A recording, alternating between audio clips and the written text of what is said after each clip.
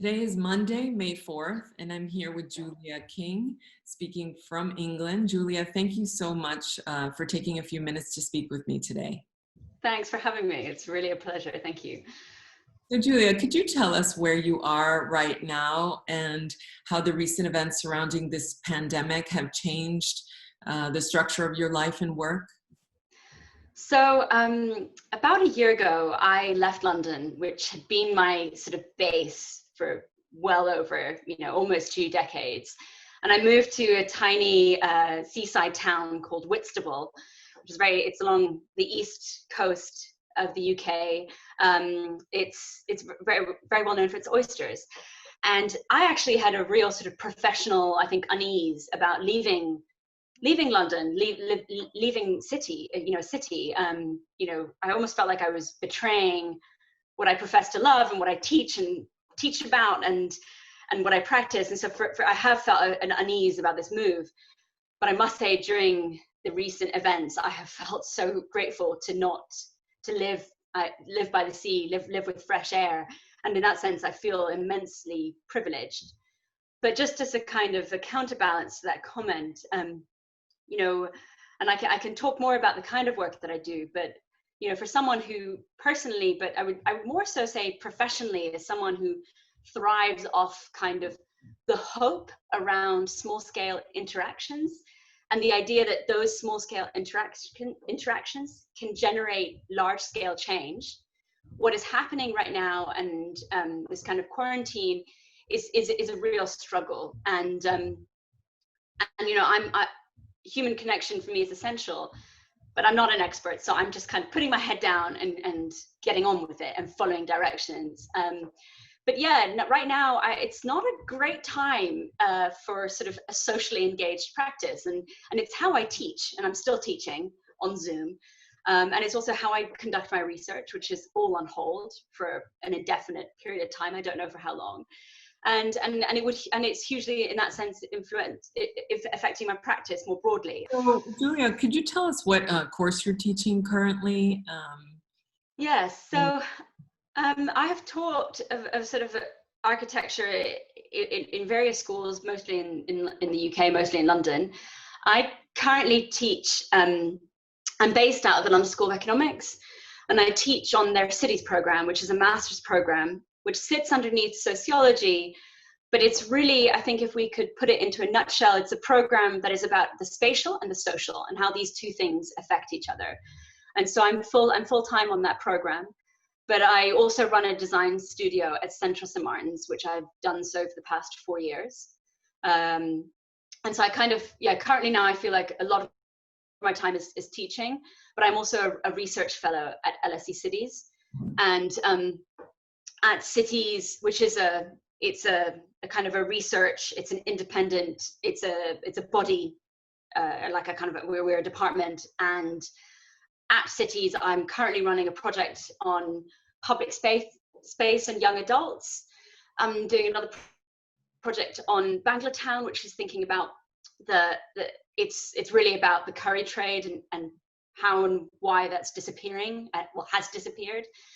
And I'm doing a fair amount of policy work, particularly around sanitation in Ethiopia. And I'm just starting I'm meant to be starting a new project around waste pickers, which feels very timely, and it's a comparative study of Pakistan and Ethiopia, but I don't know how I'm going to do the field work right now. And I was meant to be looking at the lives and where waste pickers live and how that intersects with their livelihood. And that was really, that project was really building on a big body of work that I have, which is around sort of designing low-cost sanitation infrastructure, which I've mostly done in India. So maybe for the past 10 years, I started my PhD in 2010, wrapped that up 2014, 16. PhD takes a long time. And that was when I started really getting a sort of a degree of expertise around low-cost infrastructure for marginalized communities in Delhi. And I've done a fair amount of work working in sort of very marginalized, what would be called a slum. So in these sort of types of communities, mostly in Delhi. So yeah, that's Actually, That's me. in light of that, of your work, I'm curious to hear your thoughts about how you feel the recent pandemic may influence perhaps the world of architecture, or maybe more fundamentally the way in which we design cities. Thinking about the pandemic and the effect that that has, and recalling the communities that I've been working in India, the most vulnerable are going to be those who are most reliant on informal employment.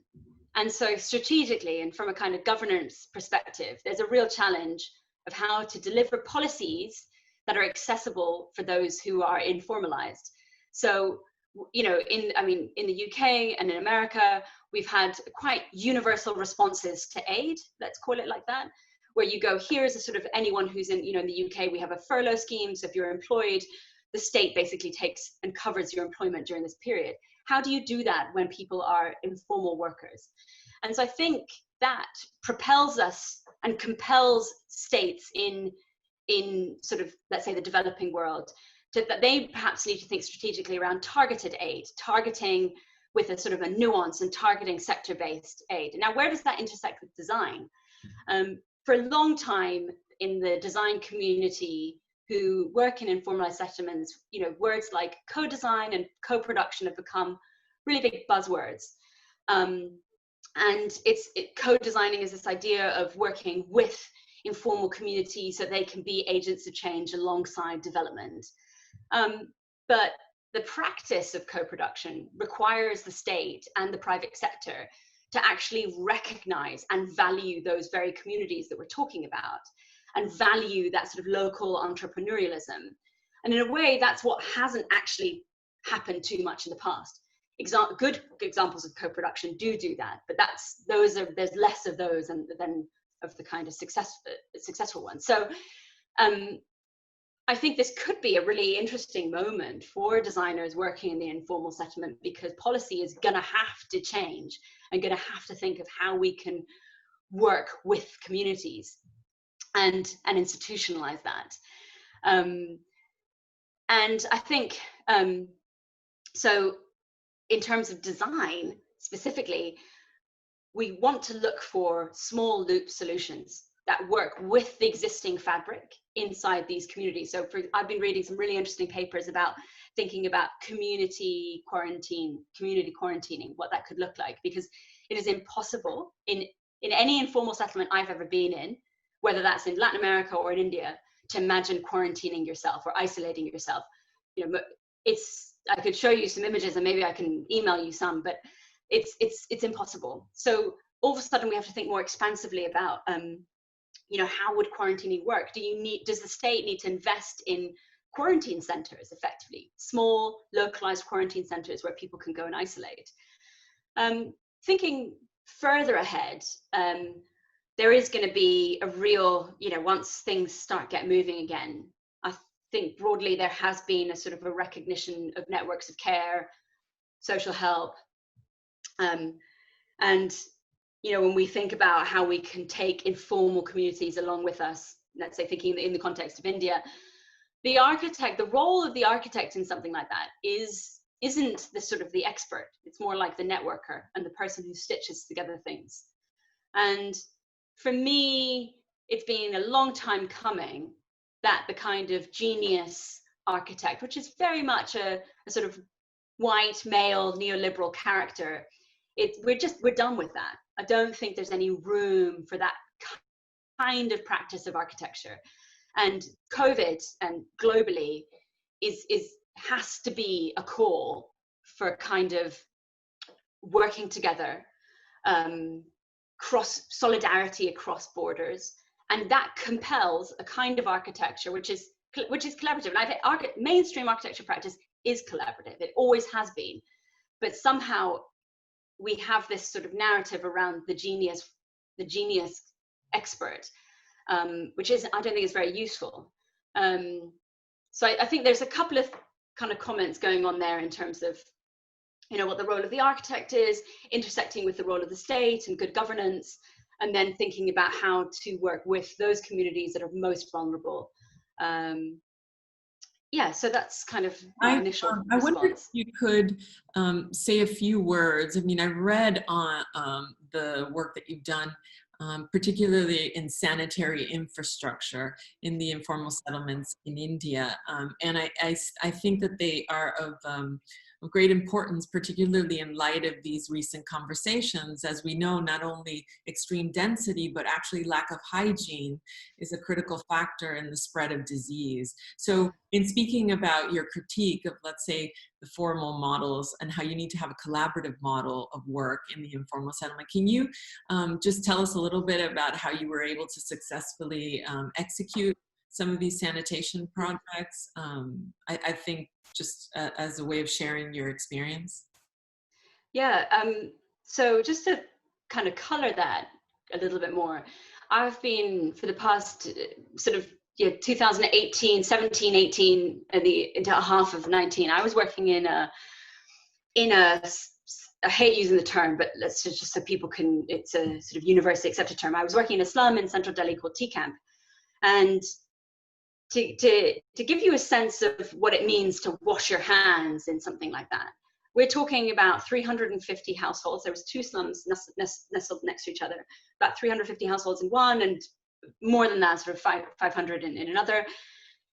Cumulatively, you're talking well over 3,500 people who share one community toilet complex. So any kind of any toilet, running tap, where you wash your clothes, where you wash your body. For women, we're talking about 12 latrines servicing half of that population. So it's virtually impossible for the kind of measures that we've been taking to deal with the virus to do that in this context. And so I had actually, and I've been thinking about it a lot and looking at images a lot of Tea Camp over these past days, because my heart actually kind of bleeds for what could happen there. And I hope it doesn't. I really hope the virus doesn't take hold in these kind of communities, let's say in the way that it has in European care homes.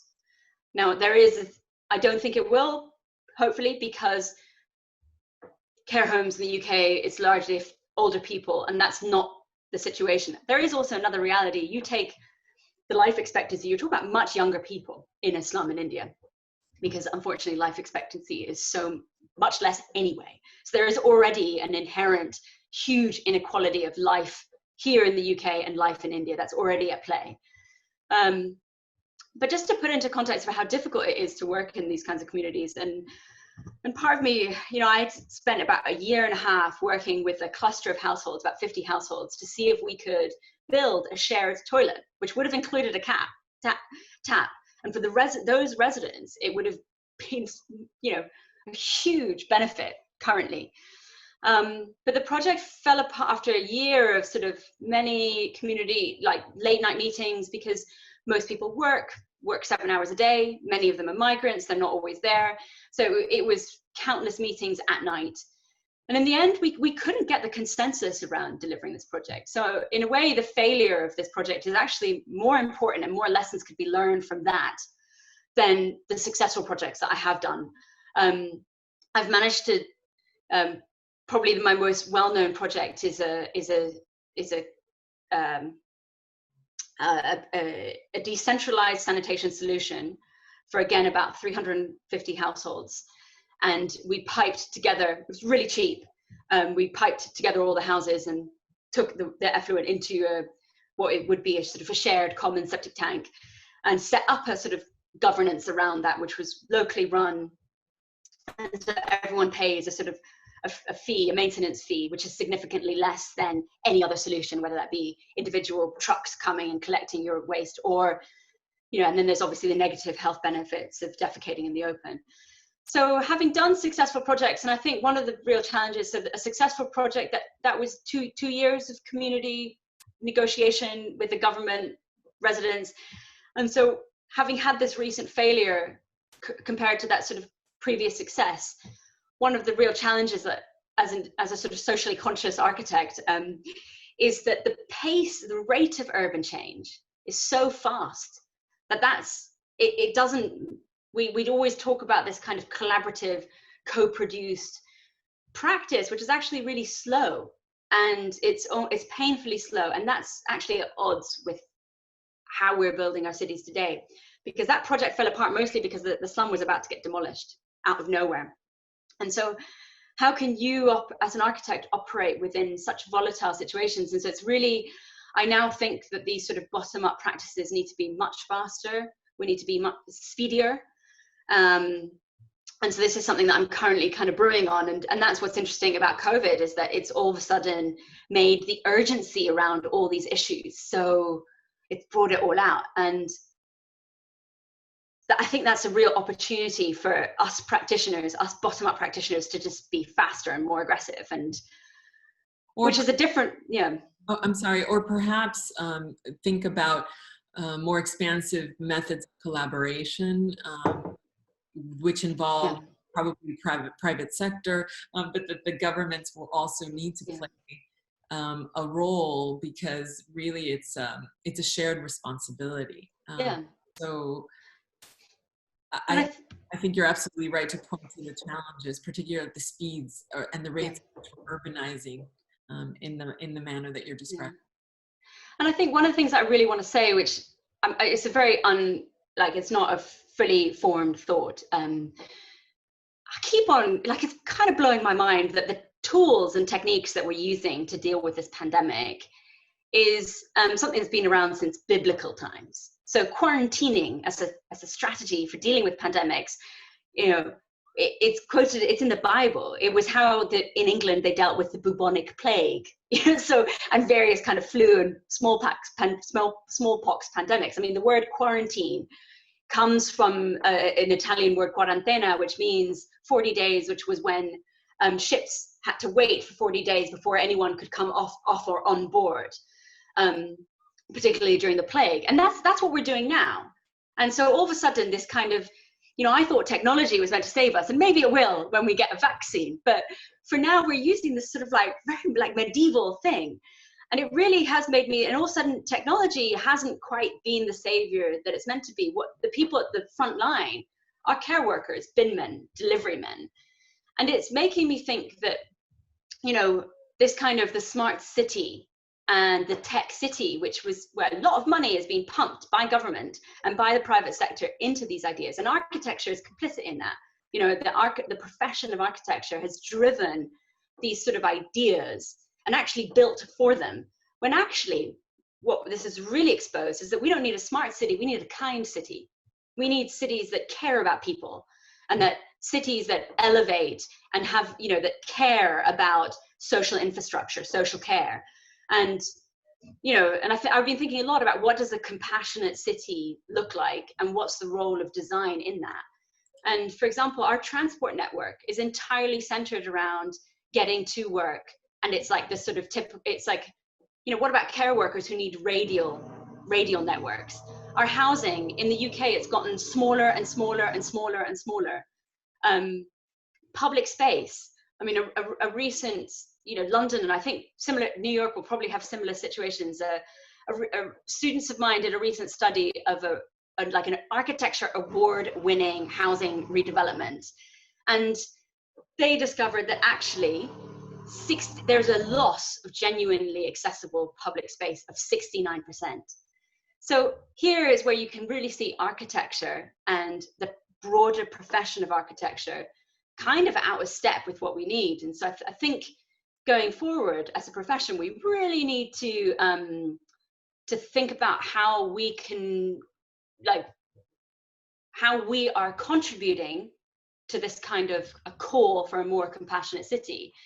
And just to bring it down to, recall your comment about density, I think it would be a real shame if the architecture profession just, for example, tackles on to, reduces the conversation to COVID to density in terms of the typology of density, which we're very good at sort of doing typological studies.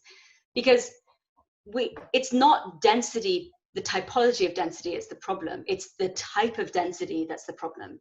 And what I mean by that is that density that intersects with inequality, whether that be economic or health inequalities, that's where we're having a COVID problem.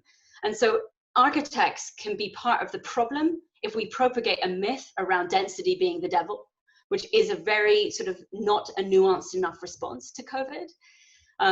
I also, so in terms of that sense, I think there's a real danger that as a profession, we can mask and help kind of almost spin a story that isn't quite right. And in doing so, not tackle the root causes of some of the problems that we're seeing. So for example, from a climate perspective, this is a godsend. Like this is a call that we can tackle root causes around sort of a sort of climate justice. But yeah, to do that, we need to make sure that we're asking the right questions. Thank you, Julia. I mean, your passion for your work is palpable, and I really hope that we can re-engage the physical world quickly so that you can get back to the important work that you're doing on the ground. It's really been a pleasure to meet you via this digital platform, and I look forward to our paths crossing in the physical world very, very soon. Me too. Thank you so much for having me. I really appreciate it. Thank you.